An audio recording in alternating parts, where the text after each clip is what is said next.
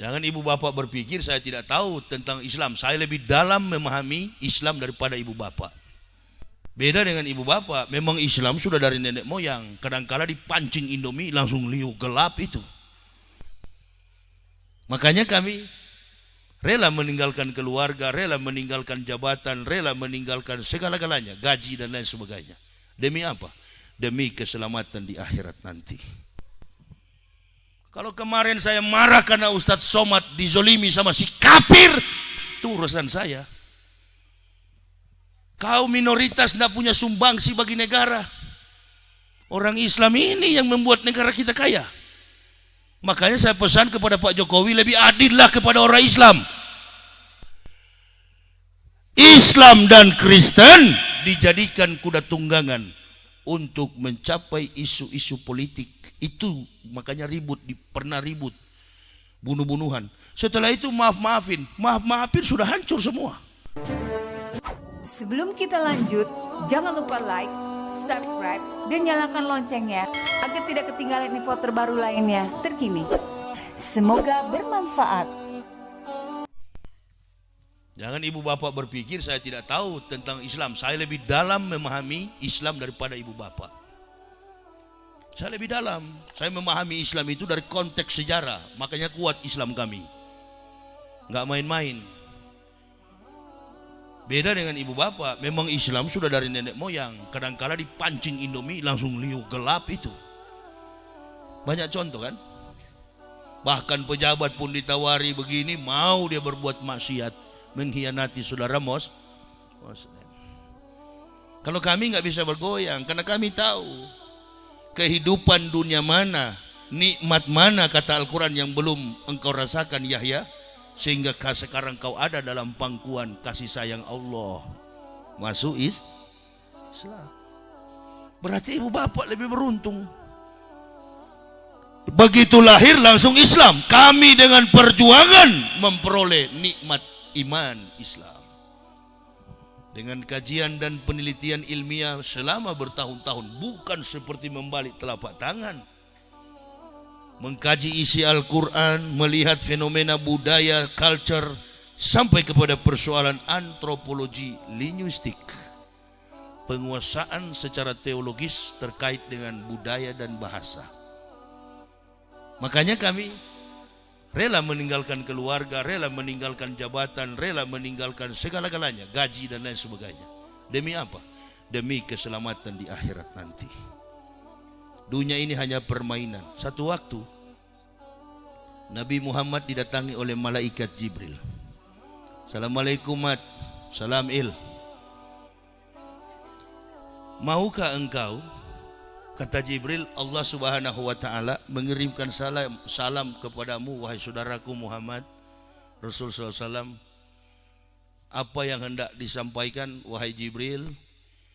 Allah berpesan, maukah engkau Muhammad, semua yang engkau lihat di sekelilingmu ini menjadi harta dan akan menyertaimu.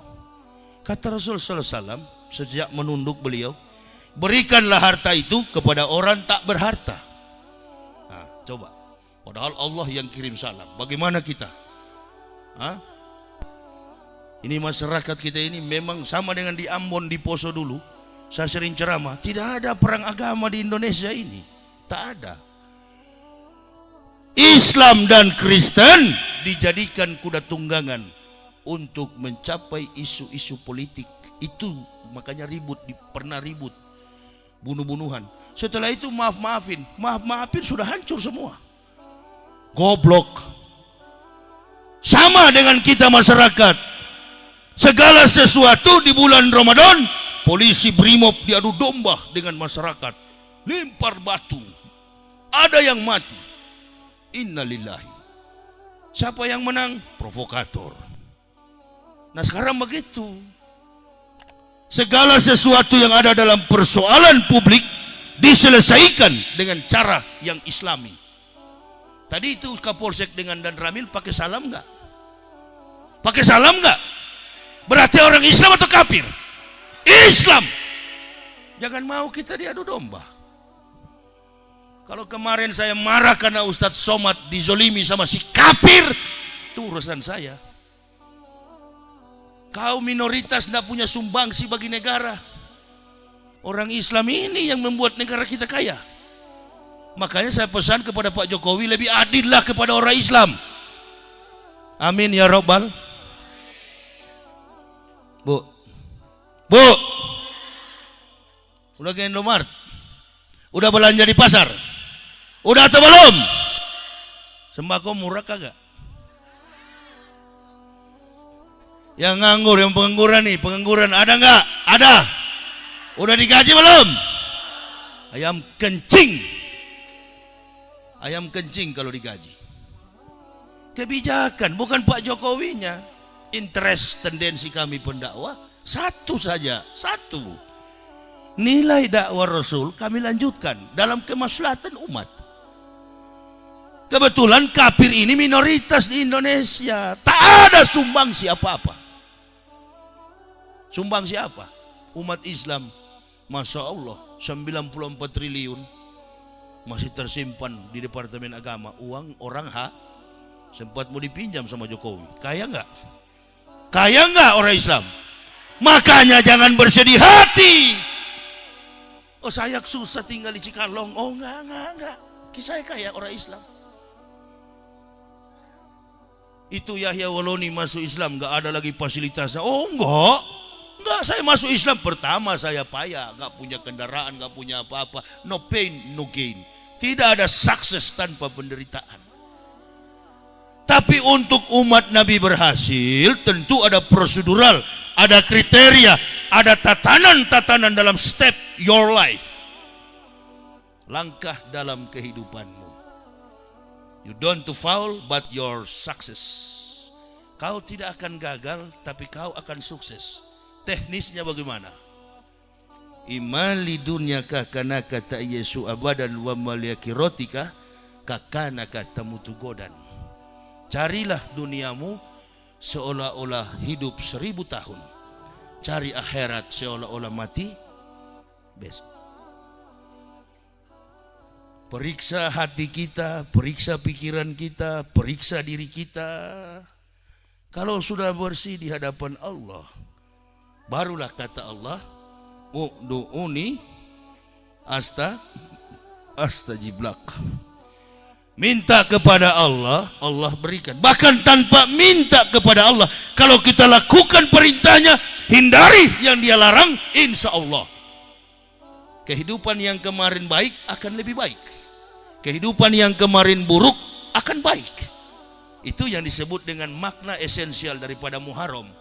Meninggalkan kebatilan menuju kepada rahmatul hidayah. Amin ya Rabbal. Jangan kemarin kacau, kesana amburadul. Minta sajalah. Saya dari Sulawesi, saya dari Manado, tidak bawa apa-apa ke Jawa Barat ini, tangan 10. Merantau ke sini, Allah ganti seperti dulu. Ya, orang kafir memang begitu, dia nggak suka orang masuk Islam. Dia nggak senang kalau orang mendapat hidayah.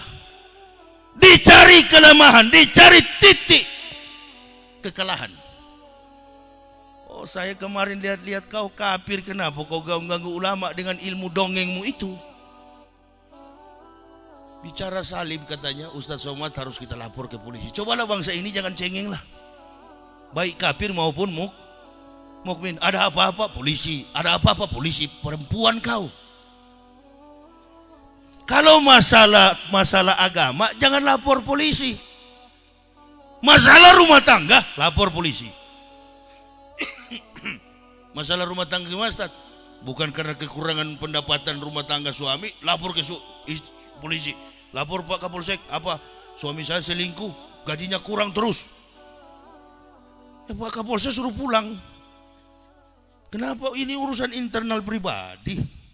Sama dengan agama, dikit-dikit lapor petugas, lapor polisi, innalillahi. Masyarakat juga Muslim mau diadu dengan polisi, mau diadu dengan tentara, ambil batu takbir di jalan, Allahu Akbar, lempar polisi, lempar tentara. Begitu juga polisi dan tentara merasa diri Islam, ambil batu balas, Allahu Akbar, kafir di pintu gereja. Haleluya. Betul apa betul? Iya apa iya? Memang begitu. Jangan. Kalau masalah agama, lapor. Kalau dia Kristen tersinggung, Ustadz Somad bicara, ya lapor ke Tuhanmu. Assalamualaikum sus. Kepada Yesus. Ini kami mengadu sus. Ini Yahya Waloni setiap kali ceramah singgung-singgung akidah kami. Tolong dihukum dia. Dia kan Tuhan. Kata Kristen. Nah kalau Yesus tidak jawab 1 kali 24 jam, besoknya bilang lagi, Assalamualaikum Tuhan. Lapor kepada Tuhan, saya nggak suka nih Somad dengan Yahya. Setiap ceramah mereka begini begitu, nyinggung salib. Nanti Tuhan jawab, oh jangan, dia kan saya kasih hidayah, kamu yang goblok begitu. Kenapa? Kamu baca buku dong tentang salib. Salib itu bukan eksekusi Isa al-Masih. Salib itu adalah lambang eksekusi dalam sistem pemerintahan Romawi. 65 sebelum Masehi sampai dengan tanggal 6 tahun 6 Masehi, Rom sudah menduduki Urusalimah, atau kita sebut, orang awam menyebutnya Yerusalem.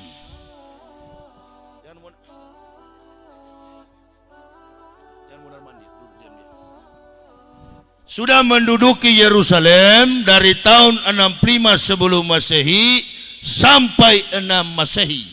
Isa al-Masih, atau dalam bahasa Ibraninya, bahasa kampungnya Isa, Yeshua HaMashiach. Dia lahir pada tahun 6 Masehi. Perhatikan baik-baik. Mau dengar saya mau cerita?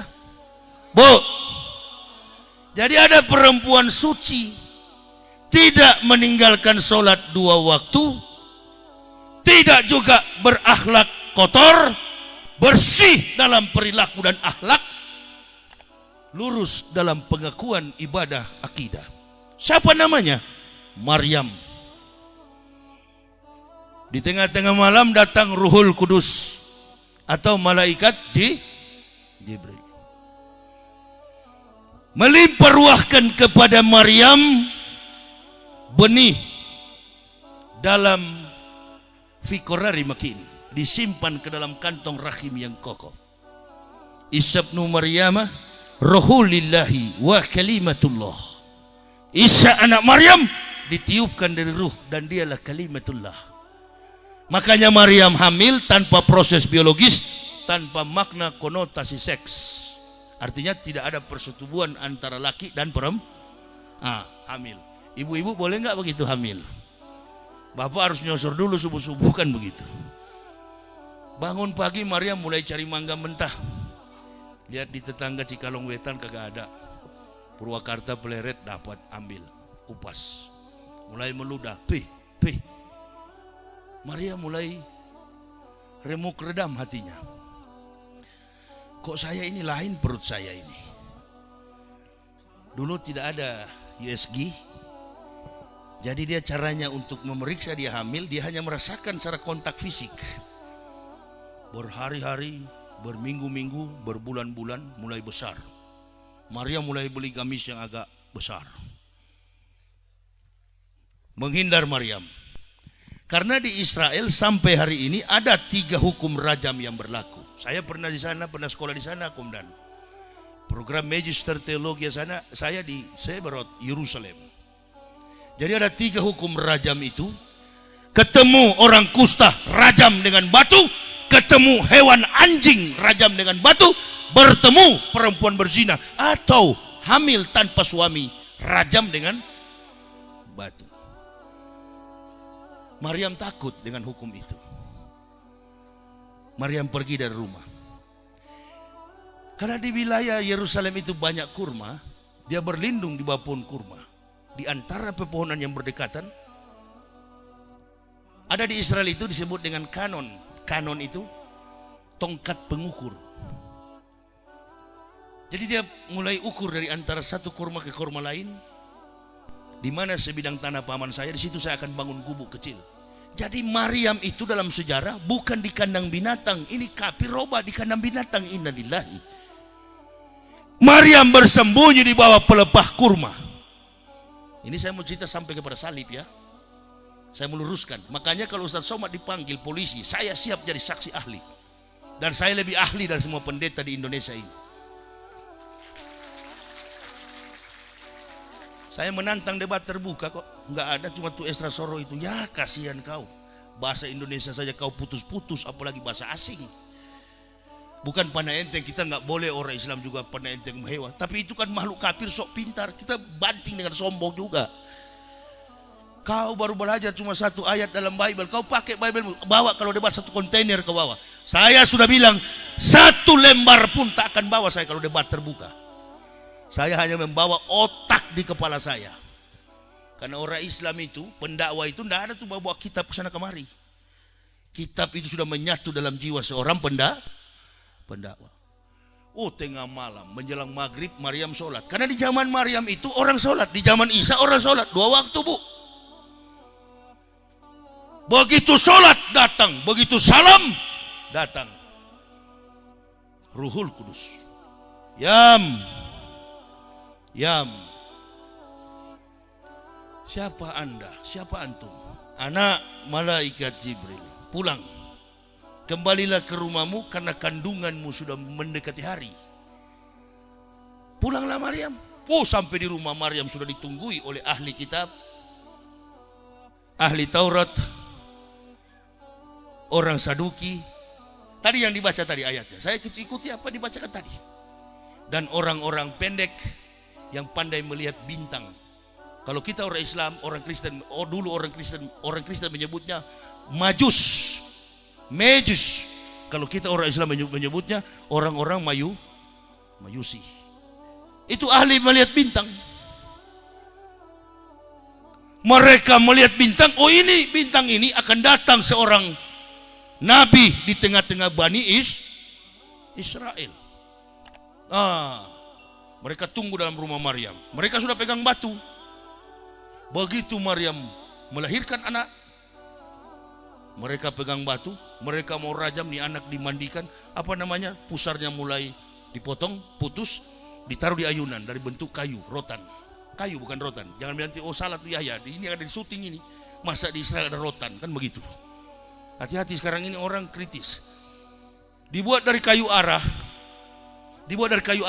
Ayunan itu digoyang. Begitu Maryam ibunya mau dilempar, dirajam dengan batu, bayi ini bicara. Qala inni Abdullahi ataniyal kitab wa ja'alani nabiyya. Wa ja'alani mubarrakan aina ma kuntu awsani bi sholati wa zakati madumtu hayya. Makanna lillahi ayata kizami waladin subhana isaqada amran fa'ina ma yaqulu lahu kun fayakun. Artinya, qala ini Abdullahi ataniyal kitab. Saya ini, kata Al-Masih, hamba Allah. Ataniyal kitab, Allah memberi aku kitab Injil, wa ja'alani nabiyya, dan mengutus aku sebagai seorang nabi. Wa ja'alani mubarrakan aina ma kuntu awsani bi sholati wa zakati madumtu hayya. Kemanapun aku pergi, kata Al-Masih, aku adalah orang yang diberkati. Allah memerintahkanku awsani bi sholat, mendirikan sholat. Isa Kristen atau Islam? Islam atau Kristen? Islam. Karena dia sholat. Wa zakati, dan membayar zakat. Madumtu hayya, seumur hidupnya.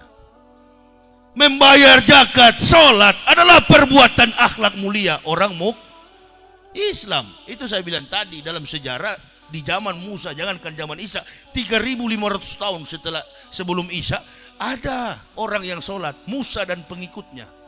Cuman kan nabi-nabi ini pengikutnya sedikit. Ibrahim kalau nggak salah pengikutnya cuma 1 kabupaten, Musa cuma 1 kecamatan, Isa cuma 1 desa. Makanya waktu pilpres sedikit yang mati. Nah, Nabi Muhammad 34 provinsi, yang mati 500 kpps, berangkat mati berjamaah. Ada ustadz di Bandung bilang, oh mati karena diracun. Oh jangan juga begitu, karena belum ada fakta yang menunjukkan mati dia diracun. Hati-hati. Tapi kalau mati model begini, innalillahi, ini kayak belum mati.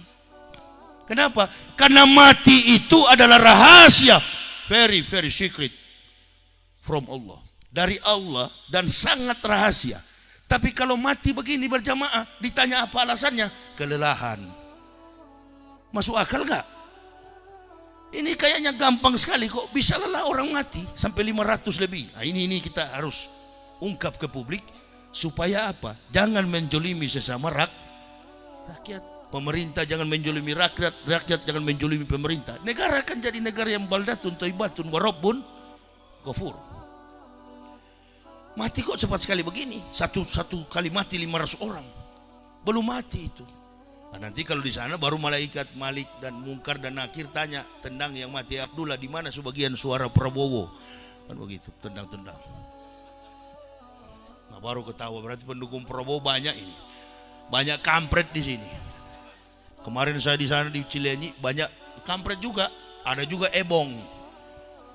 Ini cebong kampret, stop sudah ya. Berteman sekarang kita. Begitu mau lempar, ayat bunyi. Gak jadi. Hah? Dia sholat gak jadi. Keluar lagi. Yahudi ini kan kurang ajar, bangsa biadab. Makanya saya bilang jangankan orang Kristen, sedangkan Tuhan saja Yahudi tipu, apalagi cuma Kristen. Allah. Datang lagi Yahudi tengah-tengah malam. Lempar yuk, lempar. Di sini mereka benci. Begitu mau dirajam, muncul lagi, keluar dari mulut si bayi. Wa idz qala Isa ibnu Maryam, ya bani Israila, ini rasulillahi ilaikum musaddiqan lima baina yadaya minat Taurat basyiran bi rasulil ya'ti min ba'di ismuhu Ahmad. Falama ja'ahum bil bainati qalu hisasyirun mubin. Dan ingatlah ketika Isa anak Maryam berkata, wahai Bani Israel, aku adalah Rasul Allah yang diutus di tengah-tengah kamu untuk menggenapkan kitab sebelum aku. Tetapi akan datang seorang Rasul yang bernama Ahmad, Nabi kita Muhammad. Ayat inilah saya masuk Islam. Terus berpikir, iya ya, tak mungkin Nabi Muhammad buta huruf. Bagaimana dia merangkai sastra Arabik yang terkandung dalam Al-Quran, kemudian menubuhkannya dan tetap kontekstual dalam persoalan risalah historik. No history, no truths. No truths, no theory, no theory, no science. Tidak ada sejarah, maka tak ada kebenaran. Tak ada kebenaran, maka tak ada teori. Tidak ada teori, maka tidak ada ilmu pengetahuan. Oh, ini berarti kebenaran Islam ini. Saya mau masuk Islam. Saya mau tinggalkan jabatan saya sebagai pendeta, rektor. Saya akan masuk Islam. Tapi tidak semudah itu. Belum dapat petunjuk. Hanya karena logika saya sudah bersih. Petunjuk ini yang mahal sekali. Tidak semua orang akan mendapatinya, kecuali yang beruntung. Allahu Akbar. Diam saya sejenak, terus berpikir, berarti sebelum datang Nabi Muhammad, Al-Quran sudah turun. Karena sampai pada hari ini perkataan Isa yang disebut tadi itu masih ada dalam isi Al-Quran. Al-Quran berarti sudah ada atau belum? Sudah ada Al-Quran, tapi Nabi Muhammad belum datang. Atau ibu bapak mau bantah sama saya? Oh, sudah pernah ketemu Pak Yahya. Di mana? Di warung makan Takanajuwo. Di warung makan Ciganea. Itu memang tempat saya makan. Satenya memang muntus. Maka saya suka kalau ke sini itu Ciganea. Pasti di kepala di otak saya nggak makan dulu dari rumah. Nggak mau juga makan di tempat ceramah begini, nggak enak. Kopi aja kurang manis tadi. Apa ini ditaruh susu begini? Ini orang penyakitan.